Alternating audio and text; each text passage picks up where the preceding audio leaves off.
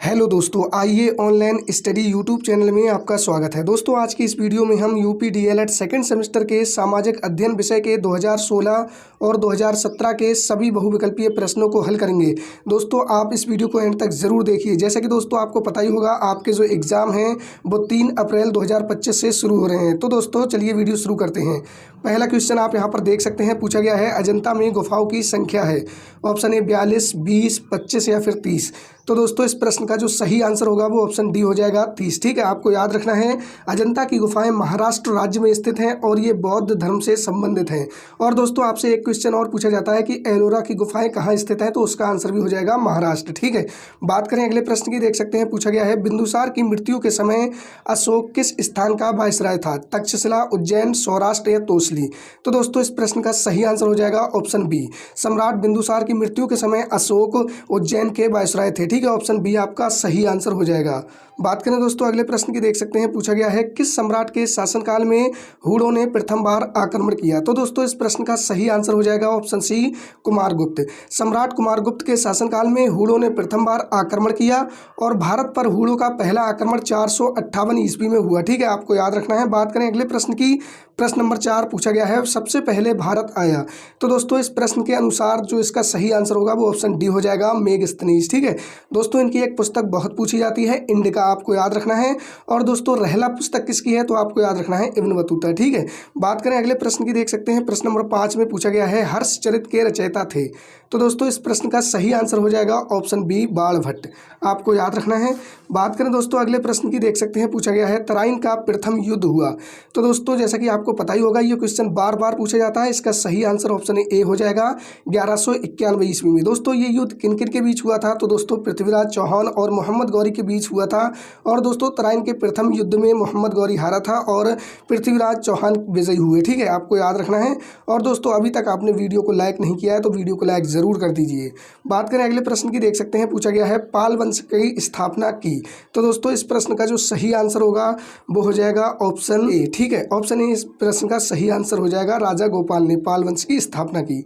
बात करें दोस्तों अगले प्रश्न की, देख सकते हैं पूछा गया है चालुक्य वंश के सबसे प्रतापी राजा थे? तो दोस्तों इस प्रश्न का सही आंसर है ऑप्शन सी, पुलकेशिन द्वितीय। आपको याद रखना है चालुक्य वंश के सबसे प्रतापी राजा पुलकेशिन द्वितीय थे। बात करें दोस्तों अगले प्रश्न की, प्रश्न नंबर 9 पूछा गया है संविधान निर्मात्री सभा के अध्यक्ष थे? तो दोस्तों इस प्रश्न का सही आंसर है वो ऑप्शन ए हो जाएगा, डॉक्टर भीमराव अंबेडकर। दोस्तों आपसे एक प्रश्न और पूछा जाता है प्रारूप समिति के अध्यक्ष थे? तो भी आपका आंसर हो जाएगा डॉक्टर भीमराव अंबेडकर जी। ठीक है, बात करें अगले प्रश्न की, प्रश्न नंबर 10 पूछा गया है भूजल स्रोत है?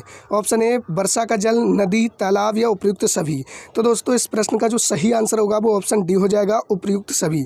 जैसा कि दोस्तों आपको पता है भूजल भूमि के नीचे पाए जाने वाला जल होता है और इसका स्रोत वर्षा का जल, नदी और तालाब। ठीक है, ये इसके सभी स्रोत हैं, तो ऑप्शन डी आपका सही आंसर हो जाएगा।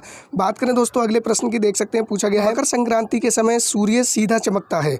ऑप्शन ए कर्क रेखा पे, विषुवत रेखा पर, मकर रेखा पर या फिर ऑप्शन डी ध्रुवों पर? तो दोस्तों इस प्रश्न का जो सही आंसर होगा वो ऑप्शन सी हो जाएगा, मकर रेखा पर। ठीक है दोस्तों, आपको याद रखना है 22 दिसंबर को सूर्य जब मकर रेखा पर लंबवत चमकता है तो इस स्थिति को मकर संक्रांति कहा जाता है। ऑप्शन सी आपका सही आंसर हो जाएगा। बात करें दोस्तों अगले प्रश्न की, प्रश्न नंबर 12 पूछा गया है भारत का मानक समय निर्धारित किया जाता है?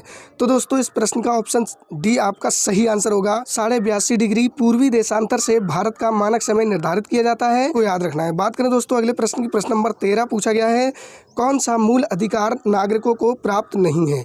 स्वतंत्रता का अधिकार, संपत्ति का अधिकार, धार्मिक स्वतंत्रता का अधिकार या फिर शोषण के विरुद्ध अधिकार? तो दोस्तों इस प्रश्न का जो सही आंसर होगा वो ऑप्शन बी हो जाएगा। ठीक है, आपको पता होगा संपत्ति का अधिकार मूल अधिकार के रूप में नागरिकों को प्राप्त नहीं है। अब ये एक कानूनी अधिकार है जो अनुच्छेद 301 के अंतर्गत आता है। संपत्ति के अधिकार को 44वें संविधान संशोधन अधिनियम 1978 द्वारा मौलिक अधिकार की सूची से हटा दिया गया था, आपको याद होना चाहिए। बात करें दोस्तों अगले प्रश्न की, प्रश्न नंबर 14 पूछा गया है ये तत्व नीति निदेशक न्यायालयों के लिए उपयोगी प्रकाश स्तंभ है, ये कथन था? तो दोस्तों ये कथन ऑप्शन ए आपका सही आंसर हो जाएगा, MC सीतलवाड़ ने। ठीक है, ऑप्शन ए आपका सही आंसर हो जाएगा। बात करें दोस्तों प्रश्न नंबर 15 की, पूछा गया है शेक्सपियर किस देश के नागरिक थे? अमेरिका, फ्रांस, इंग्लैंड या फिर आयरलैंड? तो दोस्तों इस प्रश्न का सही आंसर हो जाएगा ऑप्शन बी, इंग्लैंड। ठीक है, यहाँ पे आप देख सकते हैं ऑप्शन बी ये हो जाएगा आपका इंग्लैंड। और दोस्तों आपको याद रखना है विलियम शेक्सपियर इंग्लैंड देश के नागरिक थे जो इंग्लिश भाषा के महत्वपूर्ण और प्रसिद्ध लेखकों में से एक थे। बात करें दोस्तों 2017 के बहुविकल्पीय प्रश्नों की, पहला प्रश्न पूछा गया है महमूद गजनवी ने सोमनाथ के मंदिर पर कब आक्रमण किया। ठीक है, तो दोस्तों इस प्रश्न का आपको आंसर पता होगा क्योंकि दोस्तों ये प्रश्न बार बार पूछा जाता है। तो इस प्रश्न का सही आंसर हो जाएगा ऑप्शन डी 1025 से 26 ईस्वी। बात करें दोस्तों अगले प्रश्न की, प्रश्न नंबर 2 पूछा गया है तराइन के मैदान में मोहम्मद गौरी का किस राजा के साथ युद्ध हुआ। तो दोस्तों इस प्रश्न का सही आंसर हो जाएगा ऑप्शन डी पृथ्वीराज चौहान। जैसा कि दोस्तों आपको पता है तराइन का प्रथम युद्ध बहुत पूछा जाता है जो मोहम्मद गौरी और पृथ्वीराज चौहान के मध्य हुआ था और इसमें पृथ्वीराज चौहान विजयी हुए। ठीक है, और कब हुआ था तो 1191 ईस्वी में हुआ था, आपको याद रखना है। बात करें दोस्तों अगले प्रश्न की, प्रश्न नंबर 3 में पूछा गया है गुलाम वंश का प्रथम सुल्तान था। तो दोस्तों इस प्रश्न का सही आंसर हो जाएगा ऑप्शन सी कुतुबुद्दीन ऐबक। ठीक है, आपको याद रखना है गुलाम वंश को ही दास वंश भी कहा जाता है। ठीक है, बात करें दोस्तों अगले प्रश्न की, प्रश्न नंबर 4 में पूछा गया है गयासुद्दीन बलबन दिल्ली का शासक बना। तो दोस्तों इस प्रश्न का सही आंसर होगा ऑप्शन डी 1266 ईस्वी। आपसे एक क्वेश्चन पूछा जाता है सिजदा एवं पैबोस की प्रथा किसने शुरू की, तो आपका आंसर हो जाएगा गयासुद्दीन बलबन। बात करें दोस्तों अगले प्रश्न की, प्रश्न नंबर 5 में पूछा गया है दिल्ली में लोधी वंश की स्थापना की। तो दोस्तों इसका आंसर आपका हो जाएगा ऑप्शन ए बहलोल लोधी ने। ठीक है, आपको पता होगा। बात करें इब्राहिम लोधी की, तो दोस्तों ये लोधी वंश के अंतिम शासक थे। ठीक है, और दोस्तों आगरा शहर की स्थापना किसने की, तो आपको पता होना चाहिए सिकंदर लोधी ने। ठीक है, ऑप्शन बी। बात करें दोस्तों अगले प्रश्न की, देख सकते हैं तालीकोटा का युद्ध हुआ था।